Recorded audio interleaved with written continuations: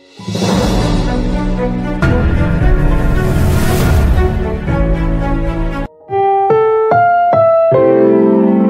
programang ito ay rated SPG. Striktong patnubay at gabay ng magulang ang kailangan. Maaaring may masiselang tema, lengguwahe, karahasan, sexual, horror o droga na hindi angkop sa Welcome back mga ka-Episode Plus at narito mga dapat nating abangan dito nga lang sa Abot Kamay na Pangarap, kung saan nagtataka na nga itong sina Chang Susan at si Josa kung bakit kinakailangan imbitahin pa nga nito ni Lynette itong si Zoe, samantalang napakasama nga raw ng ugali nga nito. Hindi naman makapagsalita itong si Doc Benitez dahil malaking posibilidad na mabisto na nga siya kapag nga sumagot pa siya at malaman ang kaugnayan nga nila nito ni Zoe. Sa kabilang banda naman nga darating na nga ang abogado nga nito ni Lolo Pepe upang sabihin na nga ang kanyang pamamanahan at ang lahat halos na ibinigay nga nito ay kay Annalyn lamang.